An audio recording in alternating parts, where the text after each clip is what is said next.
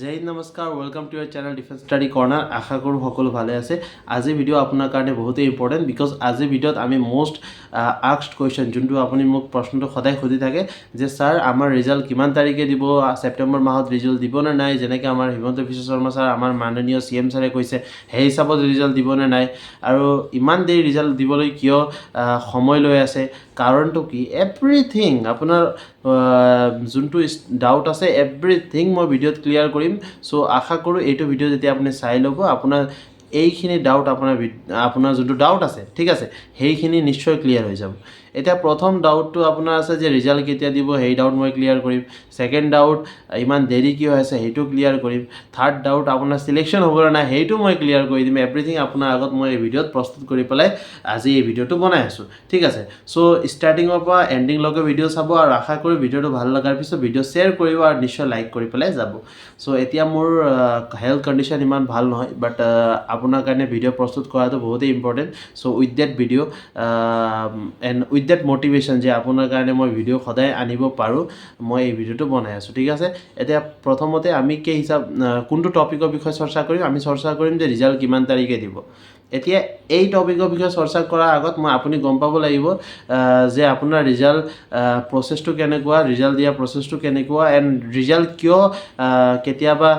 বিলম্ব হয় মানে কেতিয়াবা কিয় ৰিজাল্ট দেৰি হয় বা কেতিয়াবা কিয় ৰিজাল্ট হৎকানত দি দিয়ে কাৰণটো কি কেতিয়াবা ফাষ্ট হয় প্ৰচেছটো কেতিয়াবা শ্ল' হয় ৰিজনটো কি এতিয়া শ্ল' হোৱা কাৰণ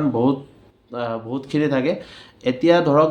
ফিজিকেলৰ পৰা ৰিটেন ঠিক আছে যেতিয়া আপোনাৰ ফিজিকেল হৈ যায় তাৰপিছত ৰিটেন এই প্ৰচেছটো বহুত স্পীড আপ হৈ যায় বিকজ ফিজিকেলৰ সময়ত আপোনাৰ অলৰেডি ডাটা আমাৰ গভৰ্ণমেণ্টৰ লগত থাকে তাৰপিছত তেখেতে কি কৰে আমাৰ যোনটো উইং হয় ধৰক আমাৰ যোনটো ডিপাৰ্টমেণ্ট হয় এতিয়া অসম আৰক্ষীৰ দ্বাৰা আপোনাৰ কাৰণে এই ৰিক্ৰুটমেণ্ট প্ৰচেছটো প্ৰস্তুত কৰা হৈছে চ' অসম আৰক্ষীয়ে কি কৰিব ফিজিকেলৰ সময়ত যোনটো আপোনাৰ এপ্লাই হ'ব এপ্লাইৰ পৰা ফিজিকেললৈকে সেইটো সময় কিন্তু দেৰি হ'ব আপুনি চাব এপ্লাইৰ পৰা ফিজিকেললৈকে এটা ভাল সময় সিহঁতে লয় 3-4 মাহ সময় লয় বা তাতকৈ বেছিও লয় সেই সময়সীমাত সিহঁতে কি কৰে যোনখিনি এপ্লিকেশ্যন কাৰেক্ট হয় ধৰক কোনোবাই ফেক ডকুমেণ্ট দি পেলাই এপ্লাই কৰি দিয়ে সেইবিলাকো ৰিজেক্ট হৈ যায় কেতিয়াবা ফটো ৰিজেক্ট হৈ যায় বা সেইবিলাক প্ৰচেছ থাকে প্ৰপাৰ ভেৰিফিকেশ্যনৰ পাছতে আপোনাৰ এডমিট কাৰ্ডটো আহে চ' সেই প্ৰচেছটো কেতিয়াবা লেণ্ডি হয় তাৰপিছত যেতিয়া আপুনি ফিজিকেল দিবলৈ যায় আপুনি গম পায় নহয় যেতিয়া আপুনি ফিজিকেল দিবলৈ সোমায় সেই সময়তে আপোনাৰ ডকুমেণ্ট লোৱা হয় সেই সময়তে যেতিয়া আপুনি ফিজিকেল দিবলৈ ৰেডি হৈ পেলাই গেটৰ পৰা ভিতৰত সোমাই যেতিয়া আপোনাৰ হাইট চেক হয় যেতিয়া আপোনাৰ চেষ্ট চেক হয় তাৰপিছতে ডকুমেণ্ট চেক হৈ যায় আপোনাৰ চ' সেই সময়ত আপোনাৰ অলৰেডি ডকুমেণ্ট ভেৰিফাই হৈ যায় সেইকাৰণে যেতিয়া আপুনি ফিজিকেল দি পেলাই ৰিটাৰ্ণ দিবলৈ ৰৈ থাকে আপোনাৰ সেইটো মাজৰ সময়সীমাটো বহুত কম বহুত জলদি আপোনাৰ ৰিজাল্টটো আহি যায় কাৰণটো কি আপুনি গম পালে বিকজ ভেৰিফিকেশ্যন অলৰেডি কমপ্লিট হৈ যায় চ' ইমান সময় নালাগে সিহঁতে জাষ্ট কাট অফ প্ৰিপেয়াৰ কৰে আৰু আপোনাক ৰিটাৰ্ণত বহাই দিয়ে ৰিটাৰ্ণৰ পৰা ভাইবা আকৌ বহুত স্পীড আপ হৈ যায় বিকজ অলৰেডি আপোনাৰ ফিজিকেলৰ সময়ত আপোনাৰ ডকুমেণ্ট ভেৰিফাই হৈছে তাৰপিছত আকৌ ৰিটাৰ্ণৰ সময়ত ডকুমেণ্ট ভেৰিফাই হ'ল চ' ভাইবাতটো ইমান একো প্ৰচেছে নাই জাষ্ট কাট অফ প্ৰিপেয়াৰ কৰিব তাৰপিছত আপোনাক ভাইবাত বহাই দিব কিন্তু যেতিয়া আপুনি ভাইবাৰ পৰা এপইণ্টমেণ্টলৈকে সময় হয় viva to result to appointment এই তিনিটা যোনটো প্ৰচেছ আছে ভাইবাৰ পৰা ৰিজাল্ট টু এপইণ্টমেণ্ট মানুহে কয় প্ৰচেছটো বাট তিনিটাই যে প্ৰথমত আপোনাৰ ফিজিকেল হ'ব তাৰপিছত ৰিটেন তাৰপিছত ভাইবা তাৰপিছত চিলেকশ্যন বাট মোৰ হিচাপত 5টা প্ৰচেছ আছে ফাৰ্ষ্ট প্ৰচেছৰ আপোনাৰ ফিজিকেল যেতিয়া আপোনাৰ এপ্লাই কৰিব তাৰপিছত ফিজিকেল এক্সাম হয় সেইটো ফাৰ্ষ্ট ফেজ অফ প্ৰচেছ ঠিক আছে আপোনাৰ ফাৰ্ষ্ট ফেজ বুলি কয় এক্সামিনেশ্যনৰ সেইটো তাৰপিছত হয় ৰিটেন ছেকেণ্ড ফেজ বুলি কোৱা হয় আৰু ভাইবাক third phase and the last stage of the examination বুলি কোৱা হয় বাট মই ভাবোঁ এইটো থাৰ্ড নম্বৰ ষ্টেজ হয় ইয়াৰ পিছত আকৌ দুটা ফেজ আছে দুটা ষ্টেজ আছে এক্সামিনেশ্যনৰ ফ'ৰ্থ ষ্টেজটো কি হয় আপোনাৰ ৰিজাল্ট হয় বিকজ ফ'ৰ্থ ষ্টেজত আপোনাৰ ৰিজাল্ট প্ৰিপেয়াৰ কৰা হয় মনত ৰাখিব ৰিজাল্ট যেতিয়া প্ৰিপেয়াৰ হয় সেই সময়তে ডিবিও কৰা হয় ডকুমেণ্ট ভেৰিফিকেশ্যনো কৰা হয় আৰু আমি এই তথ্যটো পাইছোঁ যে বহুতখিনি ল'ৰা ছোৱালীয়ে কি হয় যোনে ৰিজাল্টত নিজৰ নাম আহি যায় তাৰপিছতে সিহঁতৰ ৰিজেক্ট হৈ যায় কাৰণটো কি ডিবি সিহঁতৰ ৰং প্ৰুফ হৈ যায় সিহঁতৰ যোনটো ডকুমেণ্ট সিহঁতে ছাবমিট কৰে সেইটো ডকুমেণ্ট জালি ডকুমেণ্ট বুলি পাছত প্ৰুফ হৈ যায় আফটাৰ ডকুমেণ্ট ভেৰিফিকেশ্যন ৰিজাল্টৰ পিছত যেতিয়া ঘৰত আপোনাৰ মানুহ আহিব ডকুমেণ্ট ভেৰিফিকেশ্যন কৰিবলৈ বা আপোনাৰ যেতিয়া ডকুমেণ্ট ভেৰিফিকেশ্যন হয় সেই সময়তে বহুতখিনি ল'ৰা ছোৱালী ৰিজেক্ট হৈ যায় কেতিয়াবা কাৰণটো কি কাৰণটো এটা হয় যে সিহঁতৰ ডকুমেণ্টটো প্ৰপাৰ ডকুমেণ্ট নাথাকে কাৰোবাৰ ডুপ্লিকেট ডকুমেণ্ট কাৰোবাৰ ফেক ডকুমেণ্ট থাকে চ' সেইবিলাক প্ৰচেছৰ মাজত কি হয় আপোনাৰ চিলেকশ্যনো কেতিয়াবা লেট হৈ যায় চিলেকশ্যন প্ৰচেছটো চ' ৰিজাল্ট পালেই মানুহৰ চিলেকশ্যন হয় সেইটো 100% ট্ৰু যে ৰিজাল্ট আহিল আপোনাৰ নাম আহিলে ফাইনেল মেৰিট লিষ্টত আপোনাৰ চিলেকশ্যন হৈ যায় তাৰপিছতো কেতিয়াবা মানুহক হোল্ড কৰি ৰাখি দিয়া হয় কেণ্ডিডেট হোল্ড কৰি ৰাখি দিয়া হয় আমি এই বছৰ মাজত যিমান প্ৰচেছ চলি আছে 2018 পৰা 2014 পৰা এতিয়ালৈকে সেই প্ৰচেছৰ মাজত আমি গম পাইছোঁ যে বহুতখিনি ল'ৰা ছোৱালী ৰিজাল্টটো হোল্ড কৰি থোৱা হৈছে কাৰণটো কি কাৰণটো সিহঁতৰ ডিভি প্ৰব্লেম কিবা এটা আছে সিহঁতৰ ডকুমেণ্ট ফেক আছে কাৰোবাৰ ডকুমেণ্ট প্ৰপাৰ নাই কাৰোবাৰ ডকুমেণ্টৰ প্ৰপাৰ ডাটাই একো নাই চ' সেইবিলাক প্ৰচেছৰ মাজত আপোনাৰ ৰিজাল্ট কেতিয়াবা দেৰি হৈ যায় সেইকাৰণে সদায় মনত ৰাখিব ৰিজাল্ট হয় fourth phase of examination 4 number phase হয় এইটো তাৰপিছত 5th প্ৰচেছ ফাইনেল প্ৰচেছ হয় এপইণ্টমেণ্ট যেতিয়া আপুনি হাতত এপইণ্টমেণ্ট পাব সেইটো সময়ত সেইটো 100% ক্লিয়াৰ হয় যে আপুনি এইবাৰ চিলেকশ্যন আপোনাৰ হৈ গৈছে আৰু আপুনি এতিয়া ট্ৰেইনিং কৰিব তাৰপিছত আপোনাৰ জব জইনিঙো হৈ যাব গম পাইছেনে চ' মোৰ হিচাপত প্ৰচেছ যোনটো এক্সামিনেশ্যন ষ্টেজ 5টা আছে physical written viva result and appointment so' আমাৰ এতিয়ালৈকে 3টা ষ্টেজ অফ এক্সামিনেশ্যন ক্লিয়াৰ হৈছে ভাইভা এটা 4th ষ্টেজ হয় ৰিজাল্ট আমাৰ যেনেকৈ মাননীয় CM ছাৰে কৈছে যে আমাৰলোকৰ ঠিক আছে আপোনালোকৰ যেতিয়া ৰিজাল্ট আহিব সেইটো ৰিজাল্টটো কি হ'ব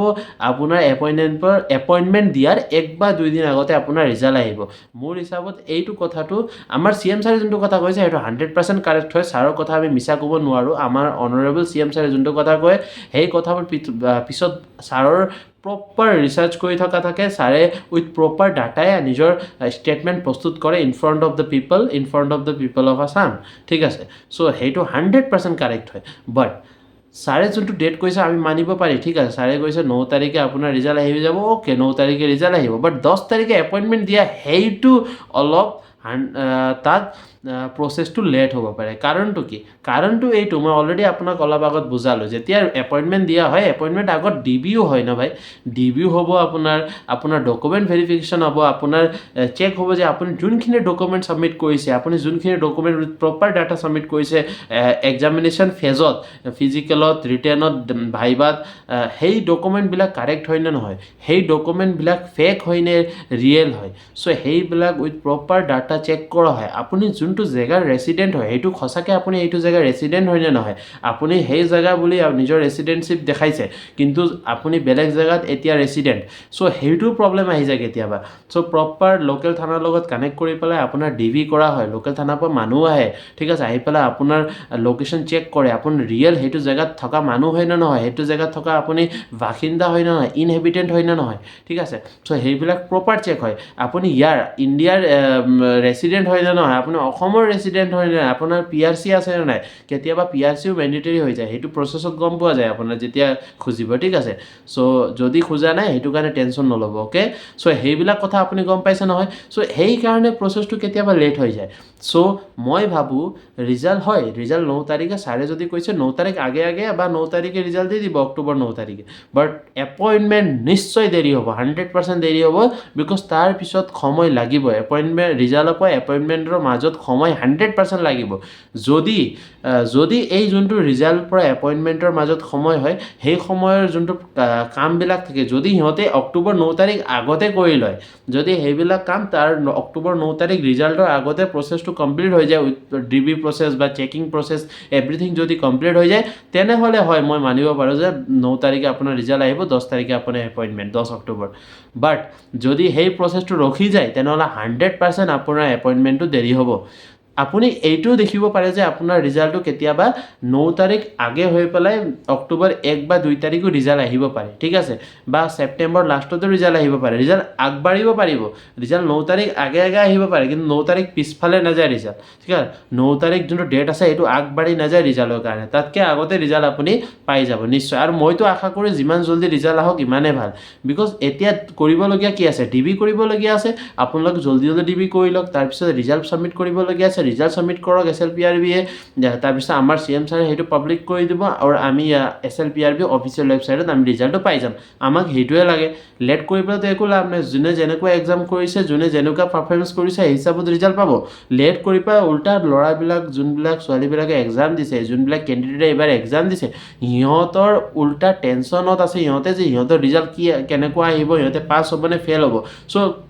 মই বহুতখিনি ল'ৰা ছোৱালী মেছেজ পাইছোঁ, সিহঁতে কি কৈ আছে, ছাৰ আমি ডিপ্ৰেশ্যনত আছোঁ এতিয়া, ছাৰ আমি কি কৰিম, ছাৰ আমাৰ ৰিজাল্ট আহিব নে নাই, নাহিলে কেনেকৈ হ'ব, ইমান বছৰ ধৰি আমি ৰিক্ৰুটমেণ্ট প্ৰচেছ কৰি আছোঁ, বহুতজনে 8-9 বছৰৰ পৰা প্ৰচেছ কৰি আছিলে। মই অলপ দিন আগত এটা ইউটিউব চেনেলো ক'ব পাৰি, আমাৰ ভাইটি এজনৰ বা আমাৰ দাদা এজনৰ চেনেলত মই দেখা পাইছিলোঁ, মই তেনেকৈ ৰিকল কৰিব পাৰে, শংকৰ চামথিং আছিলে নাম তেখেতৰ। তাত এজন কোনোবাই কমেণ্ট কৰিছিলে, মই ঘপককৈ সেইটো ভিডিঅ'টো মোৰ ফ্ৰণ্ট পেজত আহি গৈছিলে, তাত কমেণ্ট কি কৰিছে, 8 বছৰ ধৰি আমি ৰিক্ৰুটমেণ্ট প্ৰচেছত আছোঁ আৰু এইবাৰ মই অন্তিম ষ্টেজ হয়, অন্তিম এটেম্প হয় বা ইয়াৰ পিছত মই এটেম্প নকৰোঁ, তেনেকৈ কিবা এটা মেছেজ আছিলে। চ' সেইটো কিমান ডাঙৰ কথা এটা, যদি এটা ষ্টুডেণ্টে, এটা কেণ্ডিডেটে, এটা ল'ৰাই নিজৰ লাইফৰ 8 লং ইয়াৰ 8 বছৰ যদি কিবা এটা প্ৰচেছত দি দিয়ে, তেনেহ'লে নিশ্চয় সিহঁতে এক্সপেক্ট কৰিব যে সেই প্ৰচেছটো উইথ প্ৰপাৰ,